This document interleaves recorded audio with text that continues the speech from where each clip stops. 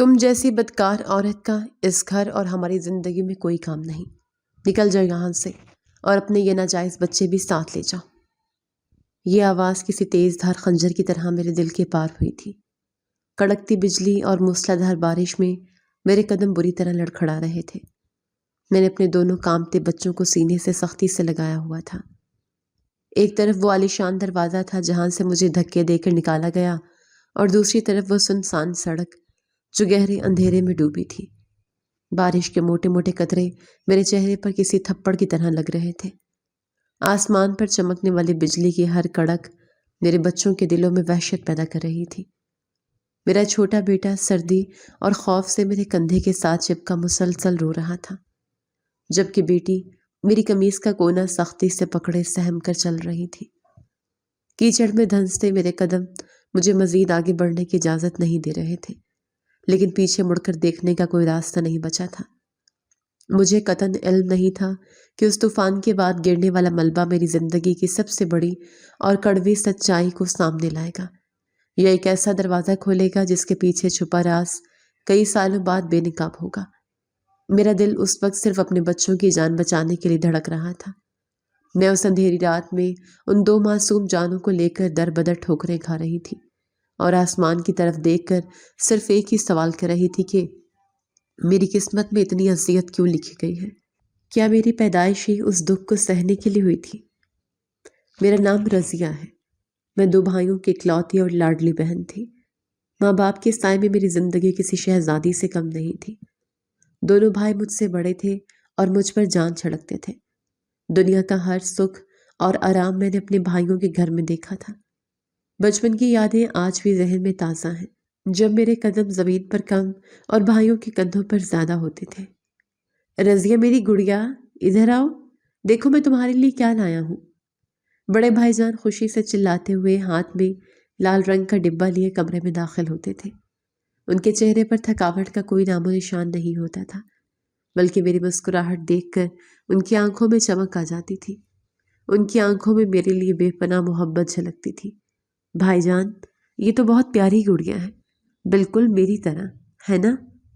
میں ڈبے سے گڑیا نکال کر اسے سینے سے لگاتے ہوئے چہکتی تھی۔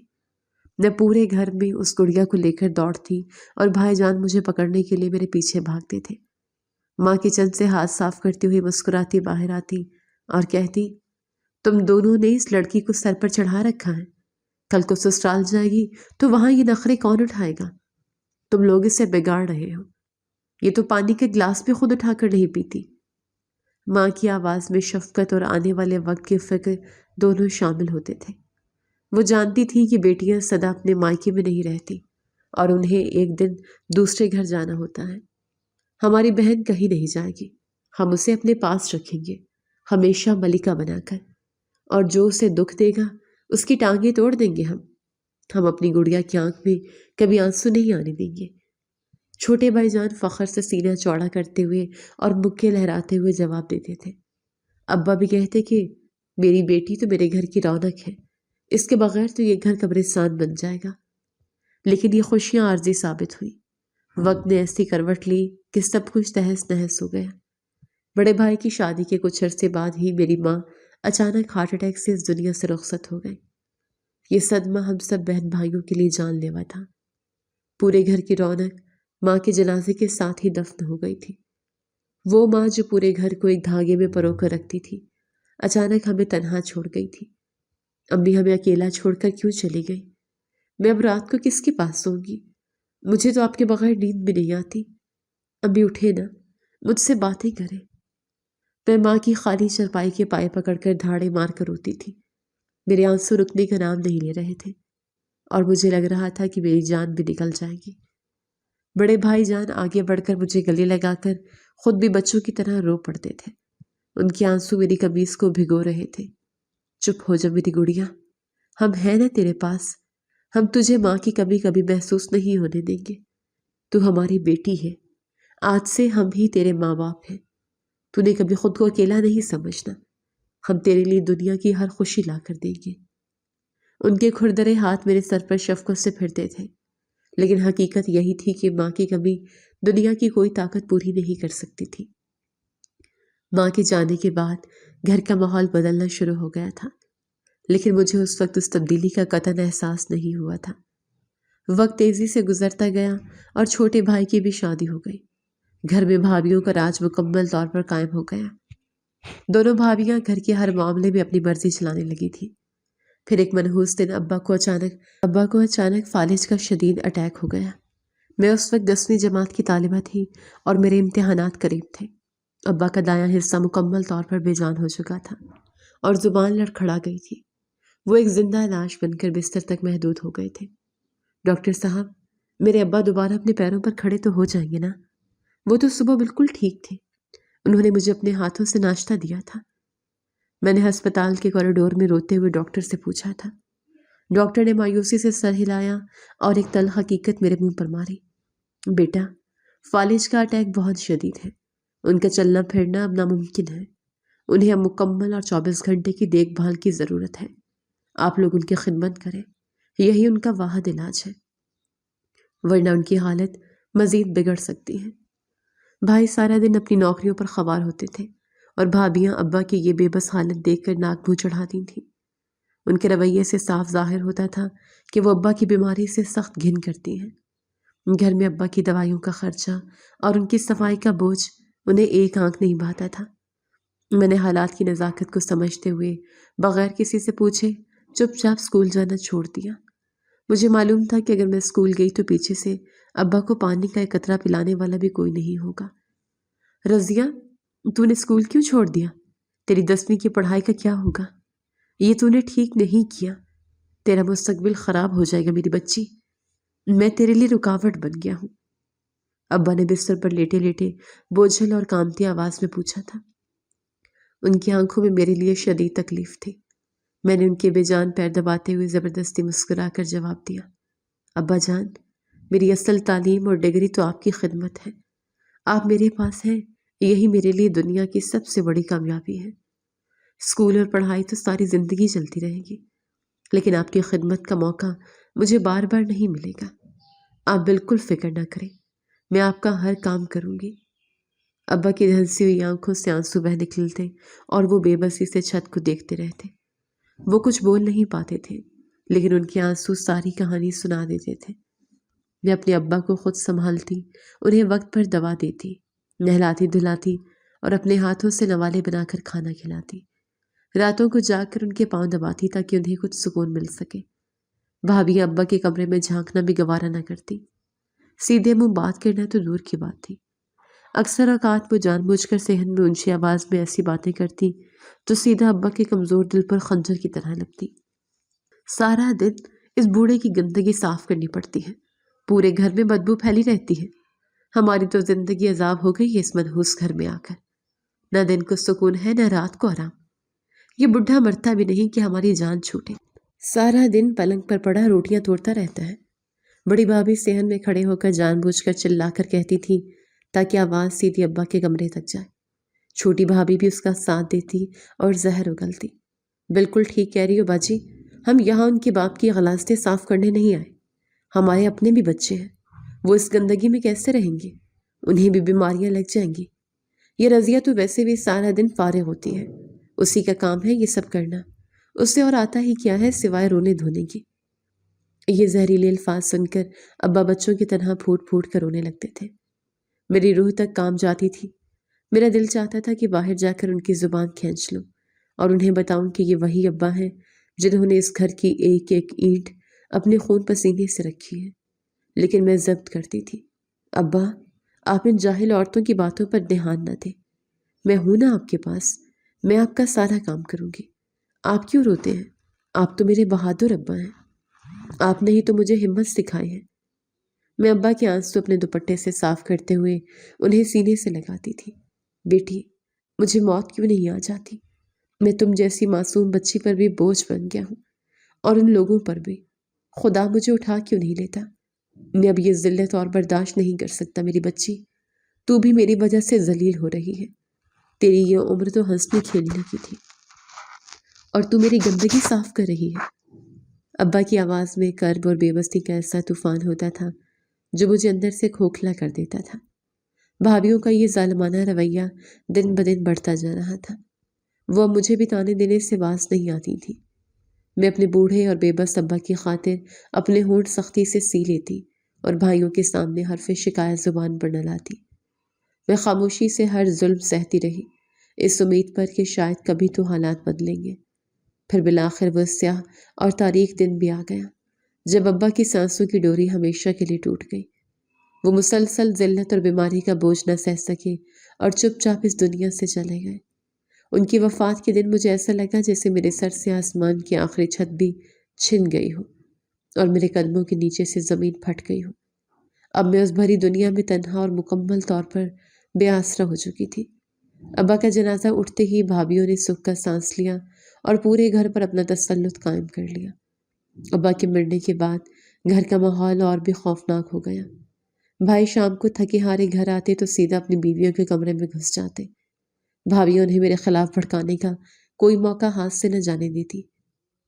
وہ ہر وقت میرے خلاف کوئی نہ کوئی کہانی گھڑ کر انہیں سناتی۔ پھپھو کے پاس مت جایا کرو، وہ سارا دن روتی رہتی ہے، تم بھی اس کی طرح روگ لگوا لو گے۔ وہ پاگل ہو گئی ہے، اس کے پاس بیٹھنے سے نحوست آتی ہے، اس کا تو سایہ بھی منحوس ہے۔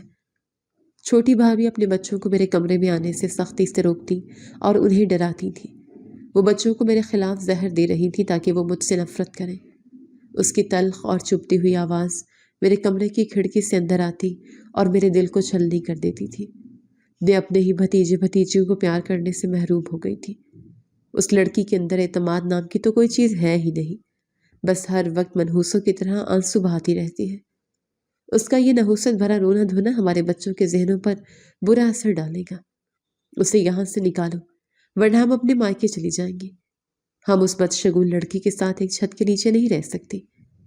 بڑی بھابھی کچن میں اسٹیل کے برتن زور زور سے پٹکتے ہوئے اونچی آواز میں چلاتی تھی۔ اس کا مقصد صرف اور صرف بھائیوں پر دباؤ ڈالنا تھا۔ ان زہریلی باتوں اور مسلسل تانوں کا اثر آہستہ آہستہ میرے سگے بھائیوں پر بھی ہونے لگا۔ وہ بھائی جو پہلے مجھے دیکھتے ہی حال احوال پوچھتے تھے اور میرے نخرے اٹھاتے تھے، جنہوں نے کہا تھا کہ مجھے ہمیشہ ملکہ بنا کر رکھیں گے، اب کئی ہفتے گزر جاتے لیکن میری شکل تک دیکھنا گوارا نہ کرتے۔ وہ مجھ سے نظریں چرانے لگے تھے۔ بھائی جان، آپ آج کل مجھ سے بات کیوں نہیں کرتے؟ کیا مجھ سے کوئی بہت بڑی غلطی ہو گئی ہے جو آپ مجھ سے اس قدر ناراض ہیں؟ میں نے تو کبھی آپ لوگوں سے کچھ نہیں مانگا، مجھے اس طرح نظر انداز مت کریں، مجھے خوف آتا ہے۔ میں نے ایک دن ہمت جمع کر کے صحن میں بڑے بھائی کا راستہ روکا تھا۔ میری آنکھوں میں آنسو تھے اور آواز بھرائی ہوئی تھی۔ انہوں نے انتہائی الجھن بھرے انداز میں میری طرف دیکھا اور شدید بے رخی سے بولے، رضیہ، میرے پاس فالتو وقت اور دماغ نہیں ہے، سارا دن کام کر کے تھک جاتا ہوں، اوپر سے تمہارے یہ روز روز کے ڈرامے شروع ہو جاتے ہیں۔ تم اپنے کمرے میں رہا کرو اور مہربانی کر کے یہ ہر وقت یہ رونے والی شکل بدل لو، میرا دماغ خراب مت کیا کرو۔ سارا گھر تمہارے رونے دھونے سے پریشان ہے، تمہاری وجہ سے گھر کا سکون برباد ہو چکا ہے۔ ان کا یہ شفاف جواب سن کر میں پتھر کی مورتی بن گئی۔ میرے اپنے سگے بھائی کی آنکھوں میں میرے لیے صرف اجنبیت اور شدید بیزاری تھی۔ وہ مجھے ایک بوجھ سمجھنے لگے تھے۔ کچھ مہینے اسی شدید اذیت اور گھٹن میں گزرے۔ بھابھیوں کو میرا اس گھر میں سانس لینا اور میرا وجود بھی برداشت نہیں ہو رہا تھا۔ وہ ہر روز نیا ہنگامہ کھڑا کرتی اور مجھ پر جھوٹے الزامات لگاتی۔ انہوں نے روزانہ رات کو بھائیوں کے کان بھر بھر کر میری شادی کا حتمی فیصلہ کروا دیا۔ وہ بس کسی بھی قیمت پر مجھے اس گھر سے نکالنا چاہتی تھی۔ ایک دوپہر دونوں بھائی میرے کمرے میں داخل ہوئے۔ ان کے چہروں پر ایک عجیب سی سنجیدگی اور فیصلہ کن تاثر تھا۔ ان کی آنکھوں میں کوئی رحم یا محبت نہیں تھی۔ رضیہ، ہم نے تمہارا رشتہ طے کر دیا ہے، اگلے ہفتے تمہارا نکاح ہے، اپنا سامان سمیٹ لینا اور تیار رہنا، ہمیں کوئی تماشا نہیں چاہیے، سب کو چپ چاپ ہو جانا چاہیے۔ چھوٹے بھائی نے بغیر کسی تمہید کے سیدھا اور کھردرا فیصلہ سنایا۔ اس کی آواز میں ایک حکم تھا جسے ٹالا نہیں جا سکتا تھا۔ میں حیرت اور شدید صدمے سے ان دونوں کے چہروں کو دیکھنے لگی۔ مجھے اپنے کانوں پر یقین نہیں آ رہا تھا۔ لیکن بھائی جان، لڑکا کون ہے؟ کیا کرتا ہے؟ آپ نے مجھ سے میری مرضی تک نہیں پوچھی۔ کیا میری زندگی کا اتنا بڑا فیصلہ کرتے وقت مجھے بتانا بھی ضروری نہیں سمجھا گیا؟ میں آپ کی سگی بہن ہوں، کوئی جانور نہیں جسے کھوٹے سے باندھ دیا جائے۔ میں نے ڈرتے ڈرتے اور کانپتی آواز میں سوال کیا تھا۔ میری ٹانگیں کانپ رہی تھیں۔ بڑے بھائی نے غصے سے مجھے گھورا اور انتہائی سخت لہجے میں بولے، ہم تمہارے کوئی جانی دشمن نہیں ہیں، جو فیصلہ کیا ہے بہت سوچ سمجھ کر اور بہتر ہی کیا ہے۔ لڑکا ایک غریب گھرانے سے ہے لیکن شریف آدمی ہے، عمر میں تم سے کافی بڑا ہے، بلکہ بہت بڑا ہے، لیکن گزارا ہو جائے گا۔ زیادہ نخرے دکھانے کی کوئی ضرورت نہیں ہے، چپ چاپ ہاں کر دو، ہمیں تمہاری کوئی فضول بحث نہیں سننی۔ ان کی ان سفاک باتوں نے مجھے اندر تک کرچے کرچے کر دیا۔ مجھے بعد میں معلوم ہوا کہ وہ شخص مجھ سے عمر میں دگنا بڑا تھا۔ وہ 3 بہنوں کا اکلوتا اور سب سے بڑا بھائی تھا۔ اپنی تینوں بہنوں کی شادیاں کروانے اور ان کے فرض سے سبکدوش ہونے کے بعد اب جا کر بڑھاپے کی دہلیز پر اس نے اپنی شادی کا فیصلہ کیا تھا۔ بھابھیوں نے صرف اور صرف میرے وجود سے جان چھڑانے کے لیے بھائیوں کو مجبور کر کے میرا رشتہ وہاں طے کروا دیا تھا، تاکہ میں کبھی واپس اس گھر کا رخ نہ کر سکوں اور ان کی جان ہمیشہ کے لیے مجھ سے چھوٹ جائے۔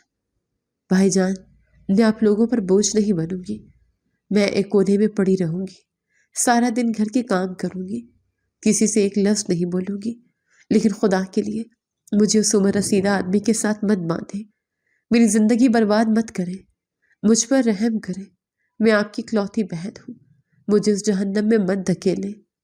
میں نے روتے ہوئے ان کے قدموں میں گر کر ہاتھ جوڑے تھے۔ میری ہچکیاں بن گئی تھی، لیکن ان کے پتھر دلوں پر بھابھیوں کی زہریلی باتوں کا پکی مہر لگ چکی تھی۔ انہیں میرے آنسوں میں کوئی سچائی نظر نہیں آ رہی تھی۔ یہ فیصلہ آخری ہے اور تمہیں ہر حال میں یہ ماننا پڑے گا۔ ہم اپنی بیویوں اور بچوں کو چھوڑ کر مزید تمہاری ذمہ داری نہیں اٹھا سکتے۔ تم کل کی کل یہاں سے جا رہی ہو اور اس گھر کے دروازے تمہارے لیے ہمیشہ کے لیے بند ہو جائیں گے۔ چپ کر کے اپنی قسمت کو مان لو، اسی میں تمہاری بھلائی ہے۔ بھائی جان نے 2 ٹوک اور بے رحم الفاظ میں فیصلہ سنایا اور مجھے فرش پر روتا بلکتا چھوڑ کر کمرے سے باہر نکل گئے۔ اس دن مجھے مکمل طور پر احساس ہوا کہ خون کے رشتے بھی وقت اور حالات کے ساتھ کس طرح سفید ہو جاتے ہیں اور انسان دنیا میں کتنا تنہا رہ جاتا ہے۔ میرا سامان ایک پرانے ٹرنک میں ٹھونس کر مجھے اس اجنبی اور پرائے گھر میں دھکیل دیا گیا تھا۔ نکاح کے کاغذوں پر دستخط کرتے وقت میرے آنسو خشک ہو چکے تھے اور دل مکمل طور پر پتھر بن گیا تھا۔ میں سرخ جوڑے میں ملبوس اس خستہ حال کمرے کی چارپائی پر بیٹھی موت کا انتظار کر رہی تھی۔ دروازہ کھلنے کی آواز آئی اور وہ شخص اندر داخل ہوا جسے میرے بھائیوں نے میری زندگی کا نیا مالک بنا دیا تھا۔ میری نظریں جھکی ہوئی تھی اور پورا جسم خوف سے کانپ رہا تھا۔ تمہیں مجھ سے ڈرنے کی قطعی ضرورت نہیں رضیہ، میں جانتا ہوں یہ رشتہ تمہاری مرضی اور خواہش کے خلاف زبردستی کیا گیا ہے۔ اور ان کی آواز میں ایک عجیب سی طمانینت و ٹھہراؤ تھا۔ میں نے حیرت سے سر اٹھا کر ان کی طرف دیکھا۔ ان کے چہرے پر جھریاں تھیں اور بالوں میں چاندی اتر آئی تھی، لیکن ان کی آنکھوں میں میرے لیے کوئی حیوانیت یا درندگی نہیں تھی۔ میں عمر کے اس حصے میں ہوں جہاں انسان کو صرف ایک سہارے اور ساتھی کی ضرورت ہوتی ہے۔ میں تم پر کوئی روب یا حاکمیت نہیں جماؤں گا۔ تم اس گھر میں میری بیوی کی حیثیت سے پورے وقار کے ساتھ رہو گی۔ ان کے ان چند الفاظ نے میرے اندر جمی ہوئی برف کو پگھلا دیا۔ میں جو کئی مہینوں سے اپنے سگے بھائیوں کی بے رخی اور بھابھیوں کے ظلم سہ رہی تھی، اس اجنبی شخص کے منہ سے ہمدردی کے بول سن کر پھوٹ پھوٹ کر رو پڑی۔ انہوں نے آگے بڑھ کر میرے سر پر ہاتھ رکھا اور مجھے رونے دیا۔ اس رات مجھے پہلی بار محسوس ہوا کہ شاید میری زندگی کے تاریک دن ختم ہونے والے ہیں اور مجھے ایک ایسا سائبان مل گیا ہے جو مجھے تپتی دھوپ سے بچائے گا۔ لیکن میری یہ خام خیالی اگلے ہی دن صبح سویرے چکنا چور ہو گئی۔ میں بھی کچن میں ناشتہ بنانے کے لیے داخل ہی ہوئی تھی کہ میری ساس پیچھے سے آ گئی۔ ان کی آنکھوں میں میرے لیے شدید حقارت اور غصہ واضح تھا۔ سن لو لڑکی، تم میرے بیٹے کو اپنے حسن کے جال میں پھنسا سکتی ہو، لیکن مجھ پر تمہارا کوئی جادو نہیں چلے گا۔ تم یہاں ملکہ بننے نہیں آئی ہو، اس گھر کا سارا کام تمہیں اکیلے کرنا ہوگا۔ ان کی تیز اور کڑوی آواز سیدھی میرے دل پر لگی۔ میں نے خاموشی سے سر جھکا لیا اور آٹا گوندنے لگی۔ میرا دل کٹ رہا تھا، لیکن میرے پاس برداشت کرنے کے علاوہ کوئی اور راستہ نہیں تھا۔ جی اماں جان، آپ بے فکر رہیں، میں اس گھر کا ہر کام کروں گی، آپ کو مجھ سے کوئی شکایت نہیں ملے گی۔ میں نے انتہائی عاجزی سے جواب دیا، لیکن وہ منہ بناتی ہوئی کچن سے باہر نکل گئی۔ دوپہر تک میری تینوں بیاہی ہوئی نندیں بھی اپنے بچوں کے ساتھ دھاوا بولنے آ گئی۔ وہ سب مجھے ایسے گھور رہی تھی جس سے میں کوئی چڑیا گھر کا جانور ہوں۔ ماں جی، یہ تو شکل سے ہی منحوس اور روتی ہوئی لگتی ہے۔ بھائی نے پتہ نہیں اس میں کیا دیکھا جو اسے اٹھا لائے۔ اس سے تو ہماری وہ پرانی کام والی ماسی بہتر تھی۔ بڑی نند نے صوفے پر ٹانگ رکھ کر بیٹھتے ہوئے طنزیہ لہجے میں کہا۔ اس کی بات سن کر باقی دونوں نندیں بھی زور زور سے ہنسنے لگی۔ میں کچن کے دروازے میں کھڑی پانی کا جگ ہاتھ میں پکڑے یہ ذلت برداشت کر رہی تھی۔ میرے ہاتھ کانپ رہے تھے اور آنکھوں میں آنسو جمع ہو رہے تھے۔ تمہیں سنائی نہیں دیتا؟ بہری ہو گئی ہو؟ پانی کا جگ وہیں لے کر کھڑی رہو گی یا ہمارے گلے خشک ہونے کا انتظار کر رہی ہو؟ جلدی لاؤ۔ چھوٹی نند نے مجھے ایسے چیخ کر حکم چلایا جیسے میں ان کی خریدی ہوئی کوئی غلام ہوں۔ میں نے جلدی سے آگے بڑھ کر انہیں پانی پیش کیا۔ میری روح اس ذلت پر تڑپ رہی تھی لیکن زبان پر مکمل تانے پڑے تھے۔ شام کو جب میرا شوہر کام سے واپس آیا تو اس نے گھر کا یہ تناؤ بھرا ماحول فوراً بھانپ لیا۔ اس نے مجھے کچن میں پسینے میں شرابور تنہا کام کرتے دیکھا اور پھر صحن میں بیٹھی اپنی ماں اور بہنوں کو غصے سے دیکھا۔ یہ سب کیا ہو رہا ہے اماں؟ میں نے رضیہ سے شادی اس لیے نہیں کی کہ تم سب اسے اپنے پاؤں کی جوتی بنا کر رکھو۔ وہ اس گھر کی عزت ہے اور میری بیوی ہے۔ اس کی گرجدار آواز سن کر پورے صحن میں سناٹا چھا گیا۔ ساس اور نندوں کے چہروں کا رنگ اڑ گیا۔ میں کچن کے دروازے کی اوٹ سے یہ سب دیکھ رہی تھی۔ میرے دل میں اپنے شوہر کے لیے عزت اور محبت کا ایک نیا جذبہ پیدا ہو گیا۔ ہائے میری قسمت، ابھی تو اس چڑیل کو آئے ہوئے ایک دن بھی نہیں ہوا اور تو اپنی ماں اور بہنوں پر اس کے لیے دھاڑ رہا ہے۔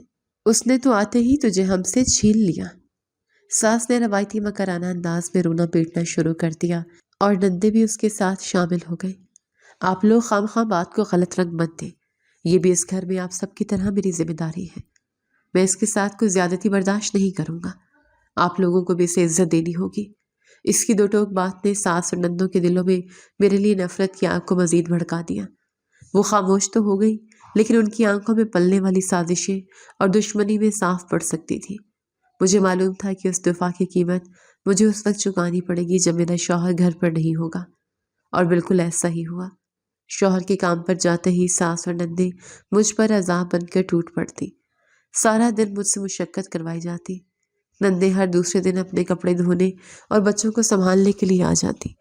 کچھ عرصے بعد میں نے سوچا کہ شاید اپنے مائکے جا کر مجھے کچھ سکون ملے۔ میں نے شوہر سے اجازت لی اور ایک دن اپنے بھائیوں کے گھر چلی گئی۔ دروازہ بڑی بھابھی نے کھولا اور مجھے دیکھتے ہی اس کے ماتھے پر سلوٹیں پڑ گئی۔ تم یہاں کیا کرنے آئی ہو؟ کیا اپنے اس بڈھے شوہر سے لڑ کر آ گئی ہو یا اس نے تمہیں گھر سے نکال دیا ہے؟ دروازے پر اس نے مجھے ایسے کاٹ کھانے والے لہجے میں بولا کہ میرے قدم وہیں جم گئے۔ میری آنکھوں سے بے ساختہ آنسو بہہ نکلے۔ بھابھی، میں تو بس اپنے بھائیوں سے ملنے آئی تھی۔ بہت دن ہو گئے تھے انہیں دیکھے ہوئے۔ کیا میں اندر آ سکتی ہوں؟ میں نے روتے ہوئے منت بھرے لہجے میں پوچھا۔ تمہارے بھائی کام پر گئے ہیں اور انہیں تم سے ملنے کا کوئی شوق نہیں۔ وہ تمہیں یہاں دیکھ کر غصہ کریں گے۔ تو مہربانی کرو اور اپنے گھر واپس چلی جاؤ۔ ہمارے پاس تمہارے لیے کوئی وقت نہیں ہے۔ اس نے انتہائی صفاقی سے جواب دیا اور میرے منہ پر دروازہ بند کر دیا۔ میں اس بند دروازے کو دیکھتی رہی اور مجھے احساس ہوا کہ میرے اپنے خون نے مجھے ہمیشہ کے لیے دفن کر دیا ہے۔ میں روتی ہوئی واپس اپنے سسرال آ گئی۔ میری یہ واپسی میری ساس اور نندوں کے لیے ایک بہت بڑا ہتھیار بن گئی۔ انہیں معلوم ہو گیا کہ میرے پیچھے میرا کوئی وارث یا ہمدرد نہیں ہے جو میری آواز بن سکے۔ دیکھ لیا اس کا تماشا؟ اس کے تو اپنے سگے بھائی اسے ایک منٹ کے لیے اپنے گھر میں برداشت نہیں کرتے۔ ضرور اس کے اندر ہی کوئی گند بھرا ہوا ہے جو اس کے اپنوں نے اسے دھکے دے کر نکال دیا۔ اب یہ ہماری چھاتی پر مونگ ڈلنے کے لیے یہاں پڑی رہے گی۔ ساس نے صحن میں چرپائی پر بیٹھ کر جان بوجھ کر اونچی آواز میں اپنی بیٹیوں کو سناتے ہوئے کہا۔ یہ الفاظ میری روح کو چھلنی کر رہے تھے۔ میں نے کمرے میں جا کر دروازہ بند کر لیا اور تکیے میں منہ دے کر گھنٹوں روتی رہی۔ میرا کوئی نہیں تھا اس دنیا میں، صرف ایک شوہر تھا اور وہ بھی سارا دن گھر سے باہر رہتا تھا۔ اسی گھٹن اور اذیت کے ماحول میں دن گزرتے رہے۔ اللہ نے مجھے 2 بچوں کی نعمت سے نوازا۔ پہلے میرا بیٹا پیدا ہوا اور اس سے 1.5 سال چھوٹی میری بیٹی۔ بچوں کی پیدائش کے بعد میری زندگی ایک نہ ختم ہونے والی مشقت میں بدل گئی۔ بچے سنبھالنا اور اوپر سے اس پورے کنبے کے کام کرنا میرے لیے جان لیوا ہوتا جا رہا تھا۔ رات کو میری آنکھیں نیند سے بوجھل ہوتی لیکن مجھے نندوں کے بچوں کے کپڑے استری کرنے پڑتے۔ دن کو بچے روتے بلکتے رہتے اور میں کچن کی گرمی میں روٹیاں بناتی رہتی۔ ساس بچوں کے رونے پر مزید غصہ کرتی۔ ان منحوس بچوں کا رونا بند کرواؤ، میرا دماغ پھٹ رہا ہے۔ یہ سارا دن کتے کی طرح روتے رہتے ہیں۔ تم سے 2 بچے نہیں سنبھالے جاتے تو پیدا کیوں کیے تھے؟ ساس کی یہ زہریلی باتیں میرے کلیجے میں تیر کی طرح لگتی تھیں۔ میں روتے ہوئے بچوں کو سینے سے لگاتی اور انہیں چپ کروانے کی کوشش کرتی۔ میری اپنی صحت تیزی سے گر رہی تھی۔ تھکاوٹ اور اذیت کی زیادتی کی وجہ سے اب میں اپنے شوہر کے سامنے گلے شکوے کرنے لگی تھی۔ وہ جب رات کو تھکا ہارا گھر آتا تو میں اپنے دکھڑے لے کر بیٹھ جاتی۔ میں اب یہ سب مزید برداشت نہیں کر سکتی۔ آپ کی ماں اور بہنیں مجھ پر ظلم کرتی ہیں۔ مجھ سے اکیلے اس پورے گھر کا بوجھ نہیں اٹھایا جاتا۔ میں انسان ہوں، کوئی مشین نہیں ہوں۔ خدا کے لیے میری حالت پر رحم کریں۔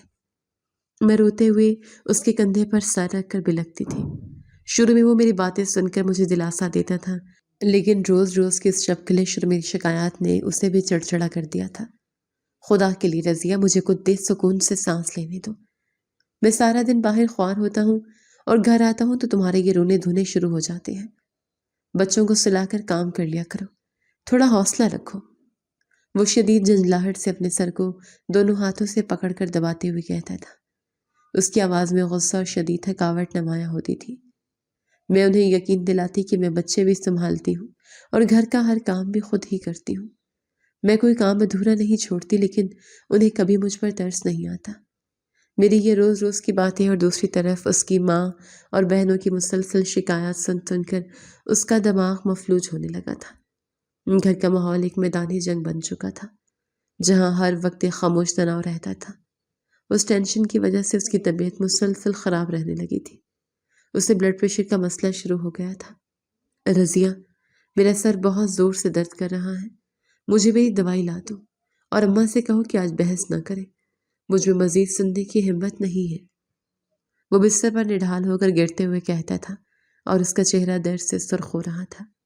میں گھبرا کر اسے دوائی دیتی اور اس کے سر پر پٹیاں رکھتی۔ میں بہت کوشش کرتی کہ اسے کسی قسم کی ٹینشن نہ دوں، لیکن ساس اور نندے کوئی نہ کوئی ایسا شوشہ چھوڑ دیتی تھیں کہ بات بڑھ جاتی اور اس کا بی پی شوٹ کر جاتا تھا۔ گھر کا وہ زہریلا اور گھٹن زدہ ماحول میرے شوہر کی جان کا دشمن بن چکا تھا۔ ساس اور نندوں کی روزمرہ کی سازشیں اور تانے اس کے دماغ پر ہتھوڑے کی طرح برستے تھے۔ وہ انسان جو کبھی ہنستا مسکراتا گھر آتا تھا، اب بھی خاموش لاش کی طرح بستر پر پڑا رہتا تھا۔ اس کا بلڈ پریشر خطرناک حد تک بڑھ چکا تھا، لیکن اس کی ماں اور بہنوں کو اس کی گرتی ہوئی صحت سے زیادہ اپنی جھوٹی انا اور مجھ سے نفرت عزیز تھی۔ ایک رات وہ شدید کھانستا ہوا بستر سے اٹھا۔ اس کا چہرہ پسینے سے بھیگ چکا تھا اور اپنے بائیں ہاتھ سے سینے کو سختی سے دبا رکھا تھا۔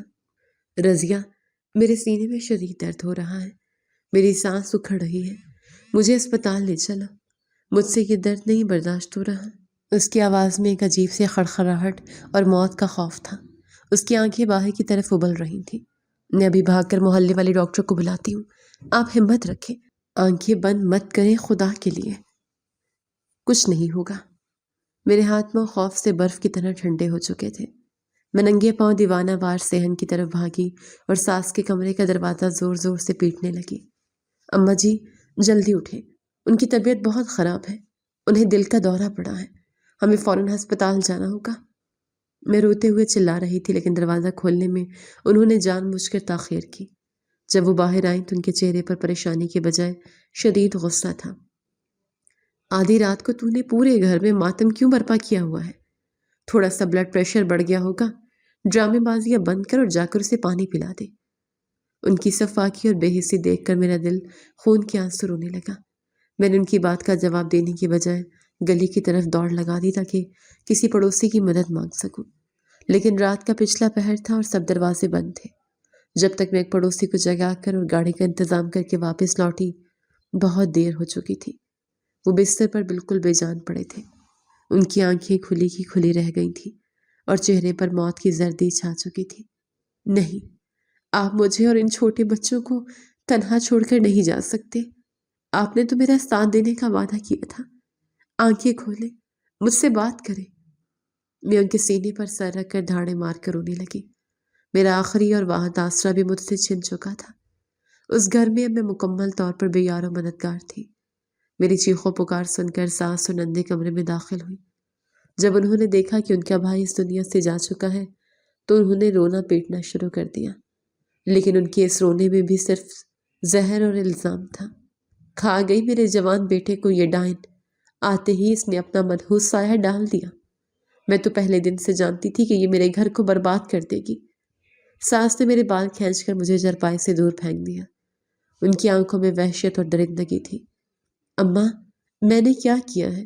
میرا تو اپنا سہاگ اجڑ گیا ہے، میرے چھوٹے چھوٹے بچے یتیم ہو گئے ہیں، مجھ پر یہ ظلم مت کریں۔ میں نے زمین پر گرتے ہوئے ان کے پاؤں پکڑنے کی کوشش کی، لیکن انہوں نے مجھے زوردار لات مار کر پیچھے دھکیل دیا۔ مجھ سے دور رہ منحوس عورت، تیرے انہی روز روز کے تانوں اور شکموں نے میرے بھائی کی جان لی ہے۔ تو نے اسے ذہنی مریض بنا دیا تھا، ہم تجھے کبھی معاف نہیں کریں گے۔ بڑی نند نے آگے بڑھ کر میرے منہ پر تھپڑ مارتے ہوئے چلائے۔ اس کا ہر لفظ میرے کلیجے کو چیر رہا تھا۔ صبح ہوتے ہی گھر میں محلے داروں اور رشتہ داروں کا ہجوم جمع ہو گیا۔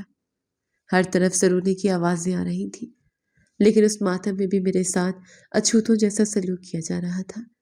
مجھے اس کمرے میں جانے کی اجازت نہیں دی گئی جہاں میرے شوہر کی میت رکھی تھی۔ میں ایک اندھیرے کونے میں اپنے دونوں بچوں کو سینے سے لگائے بیٹھی تھی۔ میرے آنسو خشک ہو چکے تھے اور ذہن مکمل طور پر سن ہو چکا تھا۔ دیکھو ذرا اس بے حیا کو، شوہر مر گیا ہے اور اس کی آنکھ میں ایک آنسو نہیں ہے۔ ضرور اس کا کوئی اور چکر ہوگا، تبھی تو سکھ کا سانس لے رہی ہے۔ ایک دور کی رشتہ دار عورت نے میری طرف حقارت سے دیکھتے ہوئے دوسری عورت کے کان میں سرگوشی کی۔ یہ آواز سیدھی میرے کانوں تک پہنچی اور میرے دل میں ایک نیا گھاؤ لگا گئی۔ وہ لوگ میرے بارے میں کیا کیا سوچ رہے تھے اور میں کس کرب سے گزر رہی تھی، یہ صرف میرا خدا جانتا تھا۔ شوہر کا جنازہ اٹھتے ہی ساس اور نندوں نے پورے گھر پر مکمل قبضہ کر لیا۔ عدت کے دن میرے لیے کسی جہنم سے کم نہیں تھے۔ مجھے ایک چھوٹے سے کباڑ خانے والے کمرے میں بند کر دیا گیا تھا۔ تمہاری نحوست کی وجہ سے ہمارا بھائی گیا ہے، اب تم اس گھر کے کسی حصے میں قدم نہیں رکھو گی، یہی پڑی رہو اور اپنی موت کا انتظار کرو۔ چھوٹی نند نے کمرے کا دروازہ باہر سے کنڈی لگاتے ہوئے کہا۔ میری روح اس قید اور ذلت پر تڑپ اٹھی۔ دن بھر مجھے اور میرے بچوں کو بھوکا رکھا جاتا، میرا معصوم بیٹا روتے ہوئے میرے پیٹ سے لپٹ جاتا۔ اس کی آواز سن کر میرا دل چاہتا کہ زمین پھٹے اور میں اس میں سما جاؤں۔ نہیں میرے بچے، تم تو بہت اچھے ہو، بس تھوڑا سا صبر کر لو۔ تمہارے پاپا آسمان پر گئے ہیں، وہ وہاں سے ہمارے لیے بہت سارا کھانا اور کھلونے بھیجیں گے۔ میں اپنے کامتے ہاتھوں سے اس کے آنسو صاف کرتی اور اسے جھوٹی تسلیاں دیتی۔ مجھے خود نہیں معلوم تھا کہ کل ہم زندہ بھی بچیں گے یا نہیں۔ کچھ دن بعد عدت ختم ہونے کے قریب تھی۔ نندیں اپنے اپنے گھروں سے پکا سامان لے کر آ کر ساس کے پاس بیٹھ جاتی اور گھنٹوں سرگوشیوں میں باتیں کرتی۔ میں دروازے کی درز سے انہیں دیکھتی تھی۔ ان کے چہروں پر ایک عجیب سی شیطانی مسکراہٹ اور کوئی گہری سازش ہوتی تھی۔ وہ جائیداد اور مکان کو اپنے نام کروانے کے منصوبے بنا رہی تھیں۔ اماں، اگر یہ ڈائن اس گھر میں رہی تو قانون کے حساب سے اس کا اور اس کے بچوں کا بھی اس مکان میں حصہ بنے گا۔ ہمیں اسے یہاں سے نکالنے کا کوئی پکا بندوبست کرنا ہوگا۔ منجلی نند نے سیب کاٹتے ہوئے انتہائی مکاری سے اپنی ماں کو مشورہ دیا۔ تم فکر نہ کرو بیٹی، میں نے محلے میں اس کے خلاف باتیں پھیلانا شروع کر دی ہیں۔ لوگ ویسے بھی اکیلی اور بے آسرا عورت پر جلدی یقین کر لیتے ہیں۔ ہم اس پر ایسا داغ لگائیں گے کہ یہ کسی کو منہ دکھانے کے قابل نہیں رہے گی۔ ساس نے ایک بھیانک کہکا لگایا، جس کی گونج سن کر میرے رونگٹے کھڑے ہو گئے۔ مجھے اندازہ ہونے لگا تھا کہ وہ میرے کردار پر کیچڑ اچھالنے کی تیاری کر رہی ہیں تاکہ مجھے گھر سے بے دخل کرنے کا جواز پیدا کر سکے۔ ان کی یہ سازش آہستہ آہستہ عمل میں آنے لگی۔ وہ محلے کی عورتوں کو گھر بلاتی اور میرے خلاف زہر اگلتی تھی۔ بہن، ہمیں تو پہلے ہی شک تھا۔ سارا دن ہمارا بھائی کام پر ہوتا تھا اور یہ گھر کے پچھلے دروازے سے محلے کے لفنگے لڑکوں سے باتیں کرتی تھی۔ اس نے تو ہمارے خاندان کی ناک کٹوا دی ہے۔ بڑی نند نے ایک پڑوسن کے سامنے روتے ہوئے مگرمچھ کے آنسو بہاتے ہوئے کہا۔ میں کمرے کے اندر زمین پر بیٹھی یہ سب سن رہی تھی۔ میرا دل چاہا کہ باہر نکل کر ان کا گلا دبا دوں اور چیخ چیخ کر پوری دنیا کو بتاؤں کہ یہ جھوٹ بول رہی ہیں، لیکن بچوں کی خاطر میں نے اپنے ہونٹ سی لیے۔ بھائی کے مرنے کے بعد تو یہ مکمل آزاد ہو گئی ہیں۔ پتہ نہیں کس کس کو اس گھر میں لے کر آئے گی۔ ہمیں تو اپنے گھر کی عزت بچانی ہے۔ ساس نے مزید تیل چھڑکتے ہوئے اپنی بات مکمل کی۔ گھر کی فضا میں ایک عجیب سی دہشت اور گھٹن پھیل چکی تھی۔ مجھے ہر وقت یہ محسوس ہوتا تھا کہ میرے سر پر کوئی بہت بڑی آفت گرنے والی ہے۔ میرے بچوں کے چہرے بھوک اور خوف سے پیلے پڑ چکے تھے۔ وہ سارا دن مجھ سے چمٹے رہتے تھے۔ نندو نے مجھے پانی دینے سے بھی انکار کر دیا تھا۔ اگر پانی پینا ہے تو باہر جا کر گلی کے نلکے سے پیو۔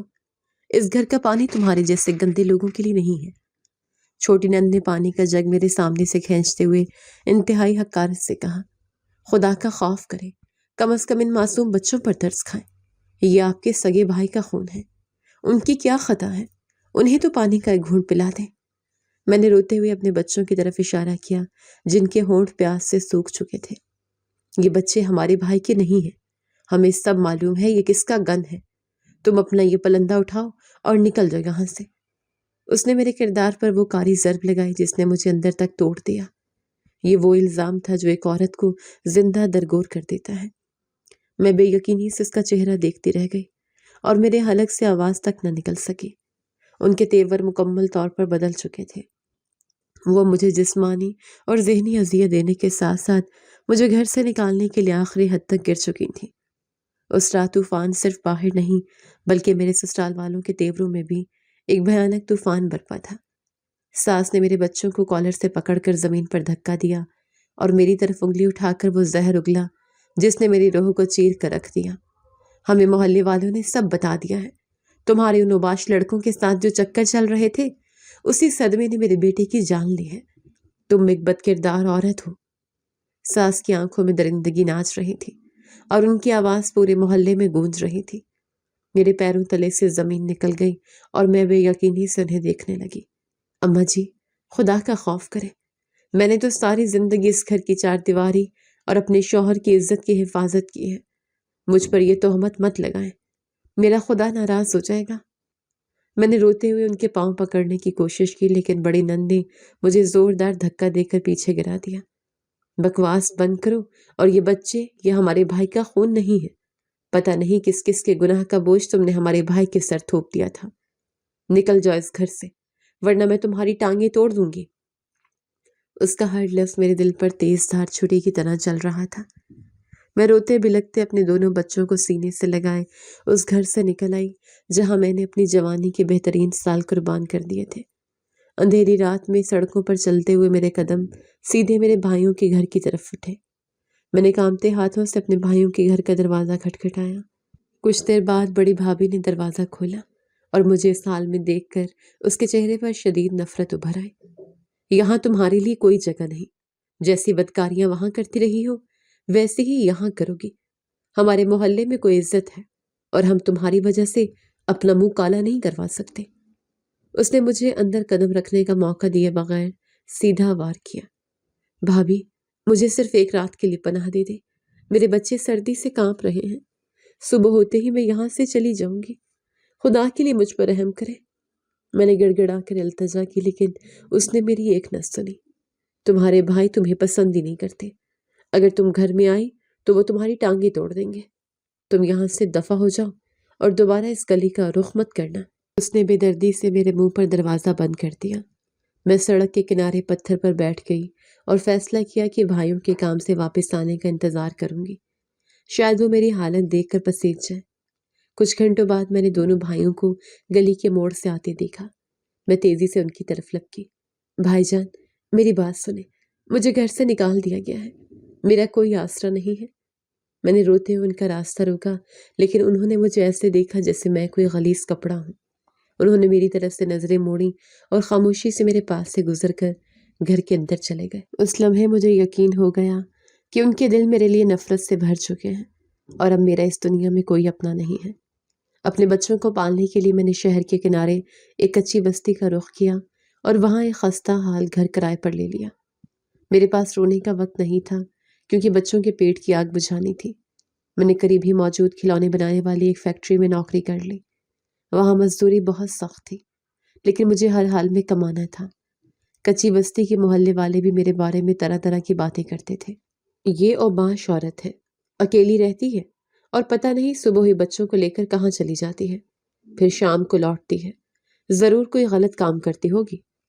عورتیں محلے کے نلکے پر کھڑے ہو کر میرے منہ پر تانے دیتی۔ یہ باتیں سن سن کر میرا دل ٹوٹ جاتا تھا لیکن میں نے کبھی کسی کو وضاحت نہیں دی۔ کیونکہ میرے پاس اپنے کردار کی صفائی دینے کی طاقت نہیں بچی تھی۔ ایک دن بہت شدید قسم کی بارش ہو رہی تھی اور جس مکان میں رہتی تھی اس کی حالت انتہائی خستہ تھی۔ چھت سے مٹی گر رہی تھی اور مجھے بہت ڈر لگ رہا تھا۔ میں اپنے دونوں بچوں کو سمیٹ کر کمرے کے کونے میں دبک کر بیٹھ گئی۔ باہر بارش اور طوفان اتنا زیادہ تھا کہ باہر نکلنا مشکل تھا اور اندر اوپر چھت سے بھی ڈر لگ رہا تھا۔ یا اللہ، میرے معصوم بچوں کی حفاظت فرما، ہم پر رحم کر دے۔ میں مسلسل دعائیں مانگ رہی تھی۔ پھر اچانک ایک زوردار دھماکہ ہوا اور چھت کا ایک بڑا ٹکڑا ہمارے بالکل قریب آ کر گرا۔ اس وقت میری جان نکل گئی۔ میں نے جلدی سے بچوں کو اٹھایا اور باہر بارش میں نکل آئی۔ ہم پوری طرح بھیگ چکے تھے، لیکن سوچا کہ بچوں کو اتنی سردی میں ٹھنڈ لگ جائے گی اور میں ان کے علاج کے پیسے کہاں سے لاؤں گی۔ مجبوراً میں واپس اندر چلی گئی اور ایک محفوظ سائٹ پر بیٹھ کر رات گزرنے کا انتظار کرنے لگی۔ خدا کا شکر ہوا کہ رات کے پچھلے پہر بارش رک گئی اور میں نے سکھ کا سانس لیا۔ صبح ہوتے ہی موسم صاف ہو چکا تھا۔ میں نے اٹھ کر چھت کا ملبہ ہٹانا شروع کر دیا تاکہ جگہ صاف کر سکوں۔ ملبے کے نیچے سے مجھے ایک چھوٹا سا ڈبہ ملا۔ شاید اس میں کچھ پیسے ہوں گے جو کسی نے چھت پر چھپائے ہوں گے۔ اس سے میرے بچوں کا کچھ دن کا راشن آ جائے گا۔ میں نے دل میں سوچا اور جلدی سے ڈبہ کھولا، لیکن اندر پرانے اور بوسیدہ کپڑے تھے۔ میں نے مایوس ہو کر ڈبہ ایک طرف رکھ دیا اور سوچا میری اتنی قسمت کہاں کہ میرے لیے کوئی راستہ کھلے۔ میں تو ویسے ہی منحوس کہلاتی ہوں۔ ناشتہ بنانے کے بعد جب میں ناشتے کے لیے پلیٹ اٹھانے لگی تو میرا ہاتھ ڈبے کو لگا اور ڈبہ نیچے گر گیا۔ جیسے ہی ڈبہ الٹا، میری آنکھیں کھلی کی کھلی رہ گئی۔ کپڑوں کے نیچے چھپی ایک بھاری پوٹلی باہر آ کر گری۔ میری آنکھیں حیرت سے پھٹ گئی۔ میں نے کانپتے ہاتھوں سے پوٹلی کھولی تو اس میں بہت سارے پرانے اور قیمتی زیورات تھے۔ ان زیورات کو بیچ کر میں اپنے بچوں کا پیٹ پالوں گی اور کوئی اچھا سا کام شروع کر لوں گی۔ پھر مجھے کسی کی محتاجی نہیں رہے گی۔ میرے ذہن میں فوراً ایک خیال آیا، لیکن پھر میرے ضمیر نے مجھے جھنجھوڑا۔ میں نے ناشتہ کیے بنا ہی وہ پوٹلی اٹھا کر مالک مکان کے پاس پہنچی۔ مالک مکان ایک بوڑھی عورت تھی جس سے میں نے کرائے پر مکان لیا تھا۔ اس کے بچے تھے اور وہ ان کے ساتھ ایک نئے اور بڑے گھر میں رہتی تھی۔ میں نے اس کے ہاتھ پر وہ پوٹلی رکھ دی۔ اماں جی، یہ آپ کی امانت ہے۔ کل رات بارش میں میرے کمرے کی چھت گری تو ملبے سے یہ ڈبہ ملا، میں نے عاجزی سے کہا۔ بوڑھی عورت نے پوٹلی کھولی تو وہ زیورات دیکھ کر بہت خوش ہوئی اور اس کی آنکھوں میں آنسو آ گئے۔ جو تم نے امانت دی ہے یہ کوئی عام چیز نہیں، یہ میری ماں کے پرانے زیورات ہیں جو میں کہیں رکھ کر بھول گئی تھی۔ بہت دکھ تھا مجھے اس بات کا۔ اللہ نے بہت دولت دی، لیکن اس رات کا دکھ ہمیشہ رہا کہ میں نے اپنی ماں کی نشانی کھو دی۔ اس نے روتے ہوئے میرے ماتھے کو چوما۔ میں نے اسے تفصیل بتائی کہ چھت سے ملبے کے نیچے سے یہ ڈبہ کیسے ملا۔ مجھے اب یاد آیا، ان دنوں جب یہ زیورات گم ہوئے تھے، کئی سال پہلے کی بات ہے، تب ہم اس مکان کی چھت ڈال رہے تھے۔ شاید وہ کسی طرح اس چھت پر رہ گئے تھے۔ تم نے مجھ پر بہت بڑا احسان کیا بیٹی۔ اس نے فوراً اپنے بڑے بیٹے کو فون کر کے بلوایا۔ کچھ دیر بعد اس کا بیٹا آیا۔ بوڑھی عورت نے اسے ساری بات بتائی اور سختی سے بولی، یہ بیچاری بے سہارا ہے۔ اس نے مجھے وہ چیز دی ہے جسے ڈھونڈنے کے لیے میں نے کئی سال لگائے، اور آج تک اس بات کی ٹینشن دل سے نہیں نکلی کہ میں نے اپنی ماں کی نشانی کھو دی۔ اب اس عورت اور اس کے بچوں کی ذمہ داری میں تمہیں دیتی ہوں۔ آج کے بعد اسے کسی چیز میں کوئی کمی نہیں ملنی چاہیے۔ اسے اپنی بہن سمجھنا۔ اس وقت اس کے بیٹے نے آگے بڑھ کر میرے سر پر شفقت سے ہاتھ رکھا۔ آج سے تو میری بہن ہے، کیونکہ یہ میری ماں نے کہا ہے، اور اپنی ماں کی کوئی بات کبھی میں نے نیچے نہیں گرنے دی۔ تم اب تنہا نہیں ہو۔ اس کی آواز میں ایک عجیب سا سکون تھا، لیکن سب سے بڑی حیرت مجھے اس وقت ہوئی جب میں نے اسے غور سے دیکھا۔ وہ کھلونوں والی فیکٹری اسی آدمی کی تھی جو اس عورت کا بیٹا تھا، اور جہاں میں پچھلے کئی مہینوں سے مزدوری کر رہی تھی۔ یہ بات مجھے اس دن معلوم ہوئی۔ اس کے بعد میری زندگی بدل گئی۔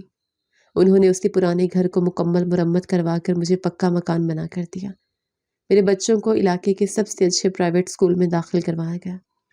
میں ابھی بھی اسی فیکٹری میں کام کرتی ہوں، لیکن اب ایک ملازمہ کی حیثیت سے نہیں، بلکہ میری شراکت داری ہے، اور میں 50% کی مالک ہوں۔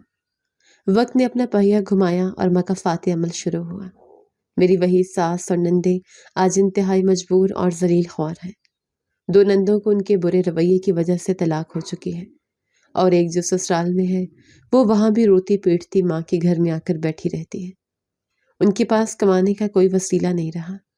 ایک دن میری ساس روتی ہوئی میرے پاس آئی اور مجھ سے معافی مانگی۔ مجھے معاف کر دے رضیہ، میں نے تجھ پر جھوٹے الزام لگائے تھے، یہ اسی کی سزا ہے جو ہم بھگت رہے ہیں۔ میں وہ سب کچھ بھول تو نہیں سکتی تھی جو انہوں نے میرے ساتھ کیا تھا، لیکن اللہ کو راضی رکھنے کے لیے میں نے اسے معاف کر دیا، تاہم دوبارہ کبھی ان کی طرف جانے کا سوچا بھی نہیں۔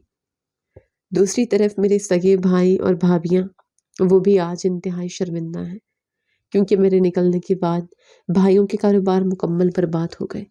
بھابیوں کے لالچ نے انہیں اندھا کر دیا تھا۔ وہ بھائیوں کی تمام تر کمائی چوری چھپے اپنے مائکے بھیجتی رہی اور آج خود اس جگہ کھڑی ہیں کہ بھائی اب سڑکوں پر مزدوری کرتے ہیں۔ وہ بھابیاں جو ہر روز نئی شاپنگ کرتی تھیں اب ایک جوڑا سوٹ لینے کے لیے ترستی ہیں۔ میں نے انہیں بھی معاف کر دیا ہے، لیکن عزیز ابھی بھی اپنے اسی منہ بولے بھائی کو رکھتی ہوں جس نے مشکل وقت میں میرا اتنا ساتھ دیا۔